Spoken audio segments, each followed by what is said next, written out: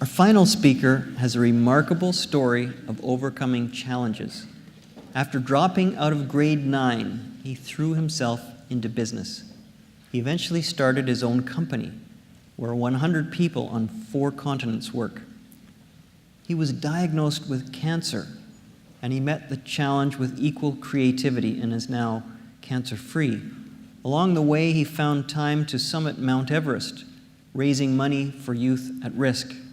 He leads one of the most dynamic companies in Vancouver. He's always looking for staff, if you ever talk to him. His company is ZAG Global. Please welcome Steve Curtis.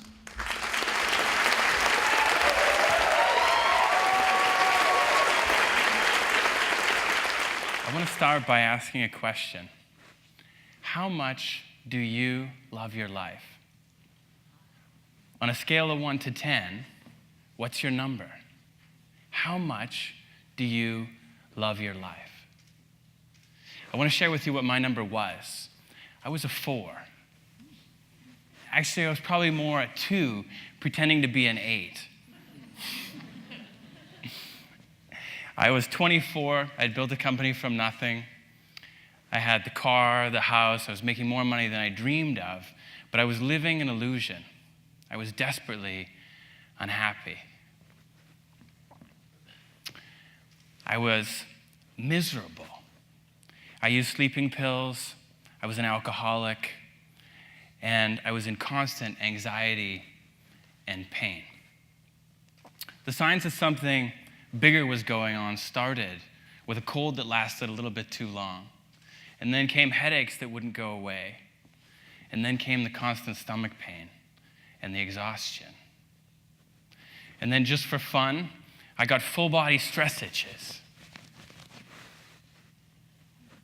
Like most people who think they're invincible, I ignored all of it until I could ignore it no longer.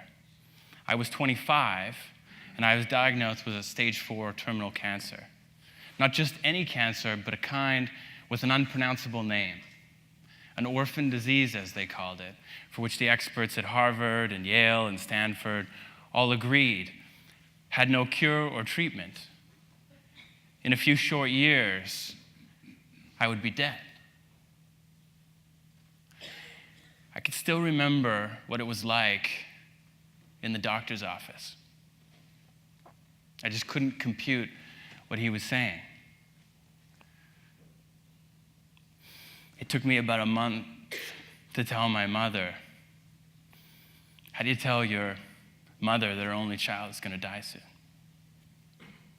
All the sacrifice that she had made to raise me was a waste. I was a waste.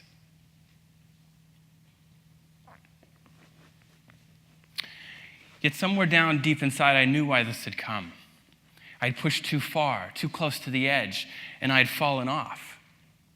Maybe some of you know what that was like too, or is like. Always living life on fast forward, never being truly present or grateful. I didn't know how to listen to my heart, and I was too consumed by my ego. But now I had a choice: change or die. So, I put work on pause, took up daily yoga and meditation, found new friends, became a vegan, and I hired an MD. Together, we buried ourselves in research and traveled to the edge of the earth, seeking out the experts in science and medicine. I hired a team of coaches that helped me rip off the shell and get to the heart of what was causing my dis-ease. I even risked my freedom to find and eat some magical mushrooms, which gave me profound insight.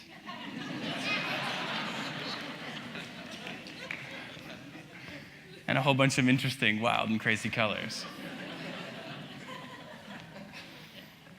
I dedicated my life to serving others, and I prayed.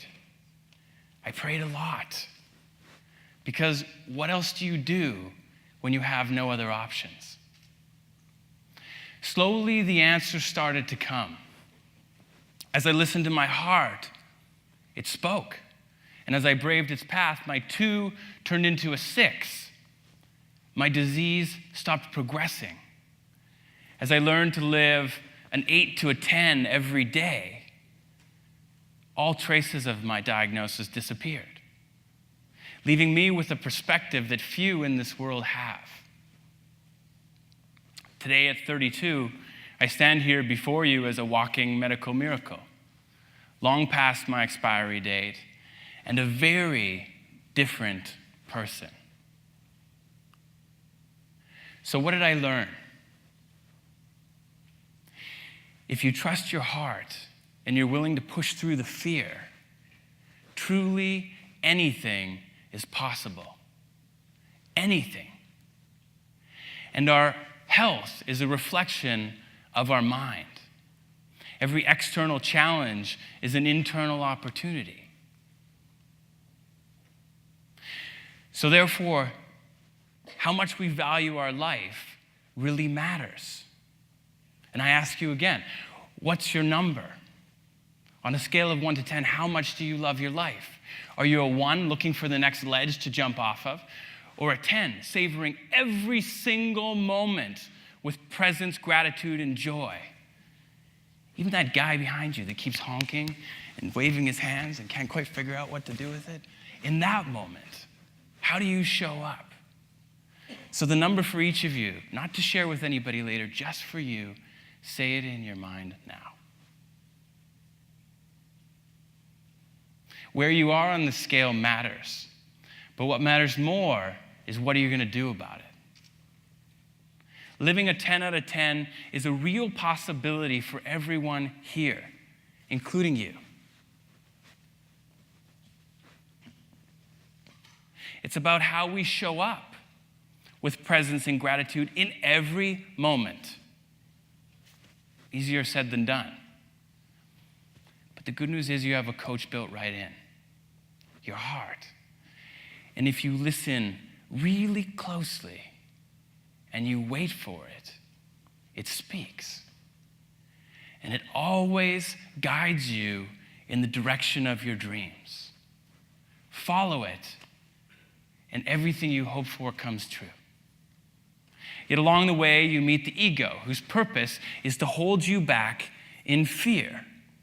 And like the recurring dark of night, fear doesn't go away, but you can change your relationship with it.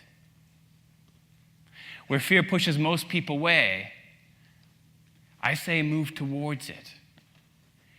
Chase it, embrace it, love it, for fear is an illusion. Like a rose that emerges from the thorns, resolve to let your heart rise in your life. For fear is the only thing that stands between you and everything you yearn for. Looking back, it's easy to see that illness is a gift. Illness is a calling by the Spirit to a higher way of being. And if we're unwilling to listen, it finds a way to get our attention. 1 in 2 people here will die of cancer or a stress-related illness. Many of us before our time, many of us unnecessarily. So closing tonight is simple. What is it that you've always wanted to do? What does your heart desire? How do you want to have mattered when you're gone? To these answers, I say, do not settle. Do not settle for an average life. Do not settle for living anything less than your biggest dream. Do not settle for regret or for remorse or for fear. Do not wait for a diagnosis like I had, but live your best life on your terms because you deserve it, and live it now.